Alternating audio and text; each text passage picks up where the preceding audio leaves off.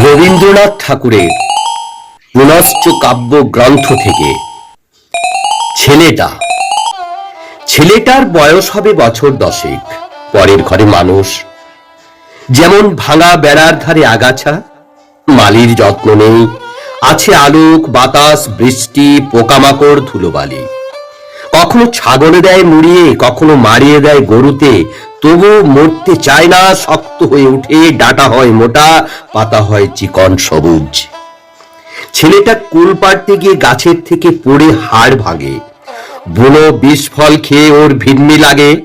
রব দেখতে গিয়ে কোথায় যেতে কোথায় যায়, কিছুতেই কিছু হয় না, আধমরা হয়েও বেঁচে ওঠে। হারিয়ে গিয়ে ফিরে আসে, কাদা মেখে কাপড় ছিঁড়ে, মার খায় দমাদম, গাল খায় অজস্র, ছাড়া পেলেই আবার দেয় দৌড়। মরা নদীর বাঁকে দাম জমেছে বিস্তর, বক দাঁড়িয়ে থাকে ধারে, দাঁড়কাক বসেছে বইচি গাছের ডালে, আকাশে উড়ে বেড়ায় শঙ্খচিল, বড় বড় বাঁশ পুঁতে জাল পেতেছে জেলে। বাঁশের ডগায় বসে আছে মাছরাঙা, পাতি হাঁস ডুবে ডুবে গুগলি তোলে বেলা দুপুর। লোভ হয় জলের ঝিলিমিলি দেখে, তলায় পাতা ছড়িয়ে শ্যাওলাগুলো দুলতে থাকে, মাছগুলো খেলা করে। আরো তলায় আছে নাকি নাগ কন্যা, সোনার কাকই দিয়ে আঁচড়ায় লম্বা চুল, আঁকা বাঁকা ছায়া তার জলের ঢেউ। ছেলেটার খেয়াল গেল ওইখানে ডুব দিতে, ওই সবুজ স্বচ্ছ জল সাপের চিকন দেহের মতো।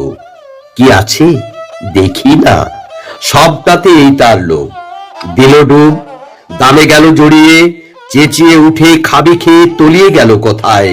ডাঙায় রাখাল চোরাচ্ছিল গরু, জেলেদের ডিঙি নিয়ে টানাটানি করে তুললে তাকে, তখন সে নিসাড়। তারপরে অনেক দিন ধরে মনে পড়েছে, চোখে কি করে সর্ষে ফুল দেখে, আঁধার হয়ে আসে, যে মাকে কচি বেলায় হারিয়েছে তার ছবি জাগে মনে। জ্ঞান যায় মিলিয়ে, ভারী মজা। কি করে মরে সে মস্ত কথাটা, সাথীকে লোভ দেখিয়ে বলে, একবার দেখ না ডুবে, কোমরে দড়ি বেঁধে আবার তুলবো টেনে। ভারী ইচ্ছা করে জানতে ওর কেমন লাগে, সাথী রাজি হয় না, ও রেগে বলে, ভীতু ভীতু ভীতু কোথাকার। বক্সিদের ফলের বাগান, সেখানে লুকিয়ে যায় জন্তুর মতো, মার খেয়েছে বিস্তর, জাম খেয়েছে আরো অনেক বেশি। বাড়ির লোকে বলে, লজ্জা করে না বাদর? কেন লজ্জা? বক্সিদের খরা ছেলে তো ঠেঙ্গিয়ে ঠেঙ্গিয়ে ফল পাড়ে, ঝুড়ি ভরে নিয়ে যায়, গাছের ডাল যায় ভেঙে, ফল যায় দোলে, লজ্জা করে না? একদিন পাকড়াশিদের মেজ ছেলে একটা কাঁচ পরানো চোঙ নিয়ে ওকে বললে, দেখ না ভিতর বাগে। দেখলে নানা রং সাজানো, নাড়া দিলেই নতুন হয়ে ওঠে। বললে, দে না ভাই আমাকে, তোকে দেব আমার ঘষা ঝিনুক, কাঁচা আম ছাড়াবি মজা করে, আর দেব আমের কষির বাসি। দিল না ওকে, কাজেই চুরি করে আনতে হলো। ওর লোভ নেই, ও কিছু রাখতে চায় না, দেখতে চায় কি আছে ভিতরে। খোদন দাদা কানে মোচড় দিতে দিতে বললে, চুরি করলি কেন? লক্ষ্মী ষাঁড়টা জবাব করলে, ও কেন দিল না? যেন চুরির আসল দায় পাকড়াশিদের ছেলে। ভয় নেই ঘৃণা নেই ওর দেহটাতে।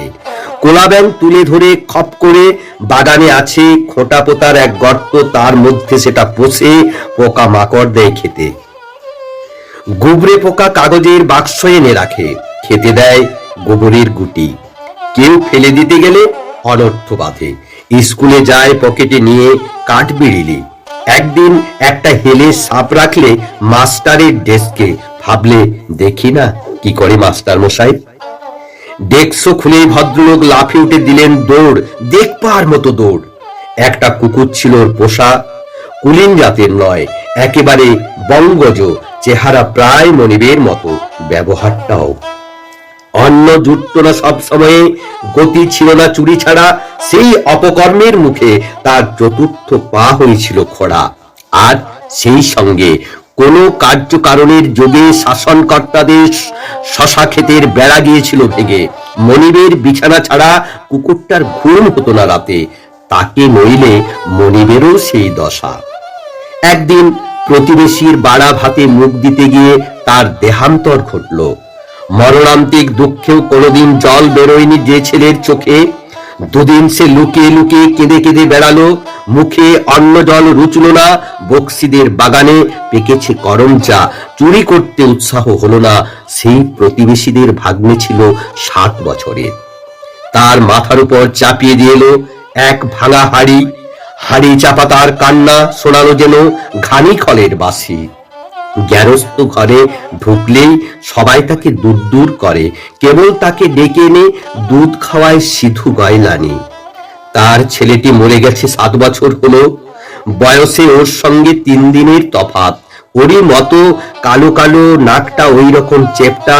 ছেলেটার নতুন নতুন দৌরাত্তি এই গয়লানি মাসির পরে। তার বাঁধা গরুর দড়ি দেয় কেটে, তার ভাড়ে রাখে লুকিয়ে লুকিয়ে, খয়েরের রং লাগিয়ে দেয় তার কাপড়ে। দেখি না কি হয়, তারই বিধি রকম পরীক্ষা। তার উপদ্রবে গয়লানি স্নেহ উঠে ঢেউ খেলিয়ে। তার হয়ে কেউ শাসন করতে এলে সে পক্ষ নেয় ওই ছেলেটার। অম্বিকে মাস্টার আমার কাছে দুঃখ করে গেল।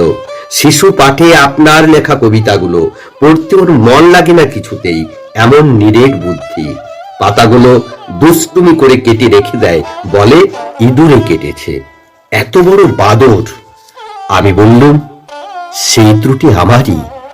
থাক তোর নিজের জগতের কবি, তাহলে গোবরে পোকা এত স্পষ্ট হতো তার ছন্দে, ও ছাড়তে পারত না।